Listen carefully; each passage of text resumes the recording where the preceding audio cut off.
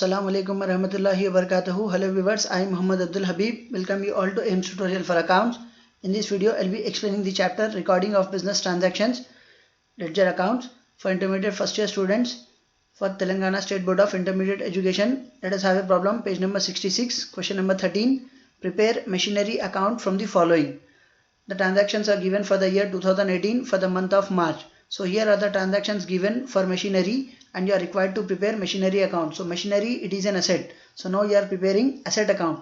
The format for ledger account is date, particulars, JF, which stands for journal folio, amount rupees, date, particulars, JF, that is journal folio, amount rupees, and the name of the account is machinery account. Towards extreme left you will be writing DR debit and towards extreme right you will be writing CR credit. So the first transaction is given as 2018 March 1st, purchased machinery from Vikram and Co for 42,000 rupees. So the journal entry for this will be, as you are purchasing machinery, the journal entry for this will be, machinery will be coming into the business, machinery account debit. So you need to write these without journal entries. You need to prepare ledger account without journal entries, but for explanation I am writing the journal entries. So we are purchasing the machinery from Vikram and Co. Vikram and Co. So the journal entry will be machinery account debit to Vikram and Co. So as we are preparing machinery account, machinery name cannot be written in machinery account, क्योंकि आप machinery का account बना रहे हैं, खुद machinery के account में machinery का नाम नहीं लिख सकते. तब आप किसका नाम लिखेंगे? You will be writing the name of Vikram and Co. So Vikram and Co is recorded on credit side of the journal entry. So at the time of posting into the ledger, it will be recorded on debit side. तब आप इसको कैसा लिखेंगे? 2018 March 1st. Debit में क्या लिखेंगे आप? To Vikram and को, to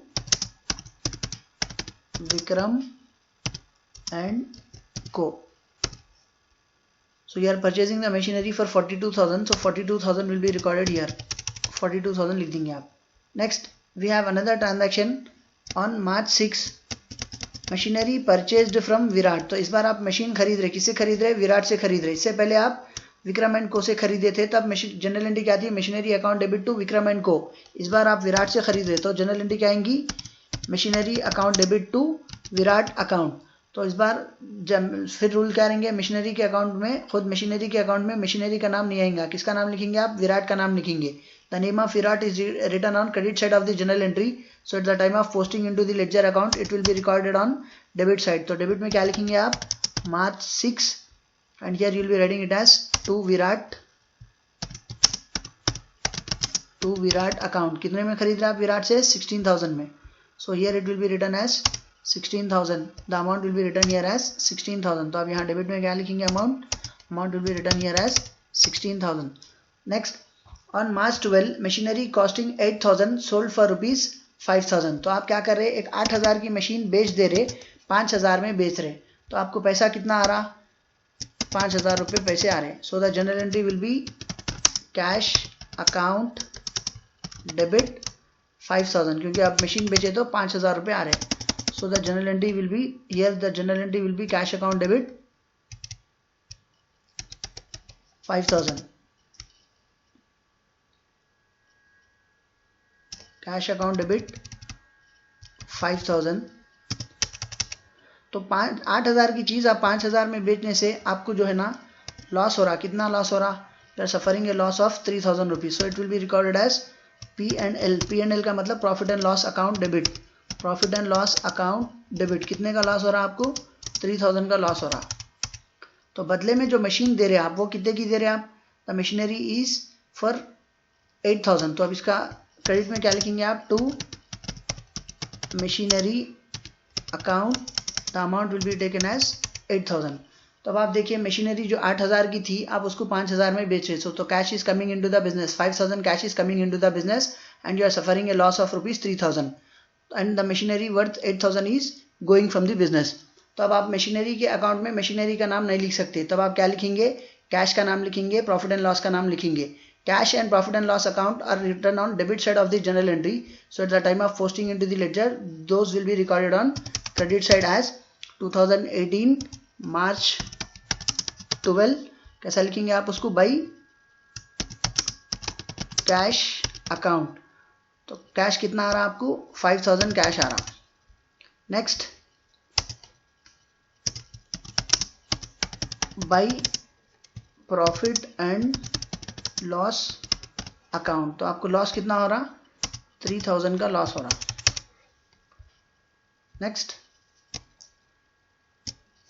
we have another transaction on March 16, depreciation provided on machinery. तो अब आप क्या कर रहे हैं, डेप्रीसिएशन प्रोवाइड कर रहे हैं मशीनरी पे। What is depreciation, decrease in the value of fixed assets.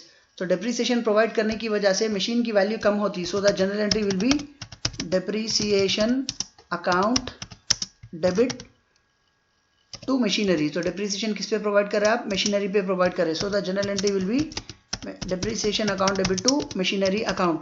So as you are preparing machinery account, you cannot write the name of machinery in machinery account. खुद machinery के account में machinery का नाम नहीं आता, फिर किसका नाम आना, depreciation का नाम आना। Depreciation is recorded on debit side of the journal entry. So at the time of posting into the ledger, it will be recorded on credit side. तो credit side कौन सी डेट पे depreciation दे रहे हैं आप, March 16. So it will be recorded here as by depreciation. By depreciation account. तो कितना depreciation दे रहे हैं आप, 3000 depreciation दे रहे हैं, so 3000 will be recorded here as depreciation. Next, goods purchased from स्वामी। तो इस बार का ट्रांजैक्शन क्या है, goods purchased from स्वामी। तो आप सामान खरीद रहे, स्वामी से खरीद रहे, तो इस बार की जनरल एंट्री क्या आएंगी, purchases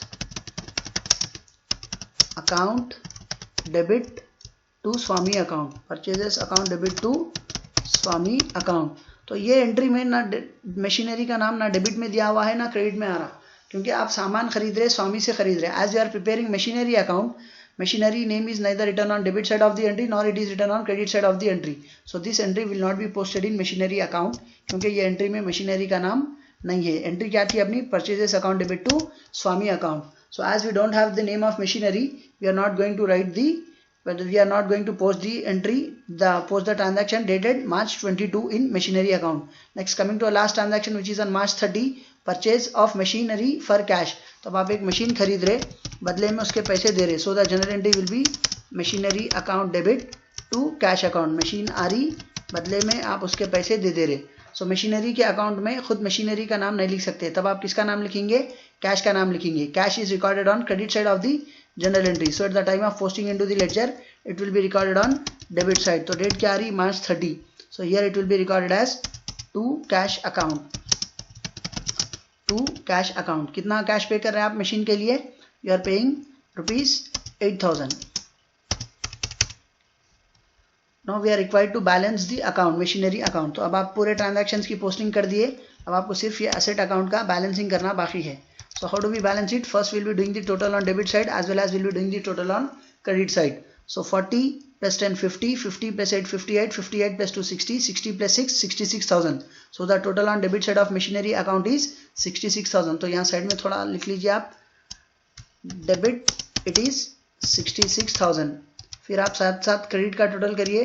the total on credit side of machinery account is 5 plus 3 8, 8 plus 3 11,000। तो इस तरफ का टोटल आ रहा 11,000। तो दोनों में कौन सा टोटल ज्यादा है, 66,000 is more than 11,000. So you will be writing the total 66,000 on both the sides of machinery account. So 66,000 will be recorded on debit side of the machinery account as well as 66,000 will be recorded on credit side of the machinery account.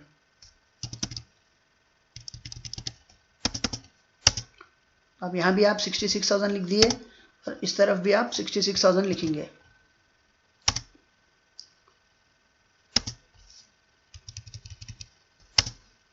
Next, here also you will be writing the total as 66,000.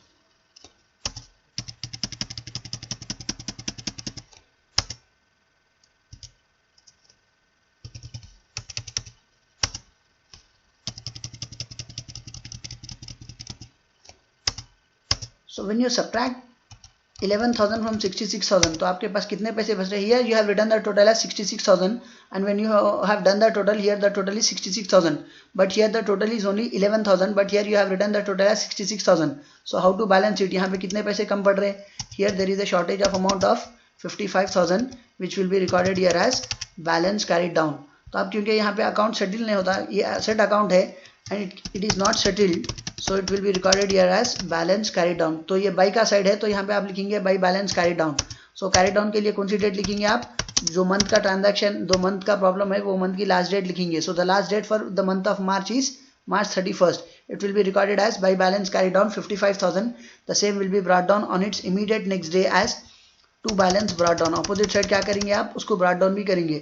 So 2018 March 31st के बाद की date क्या थी, 2018 April 1st. इसको कैसा बताएंगे आप, to balance brought down. Here it will be written as to balance brought down.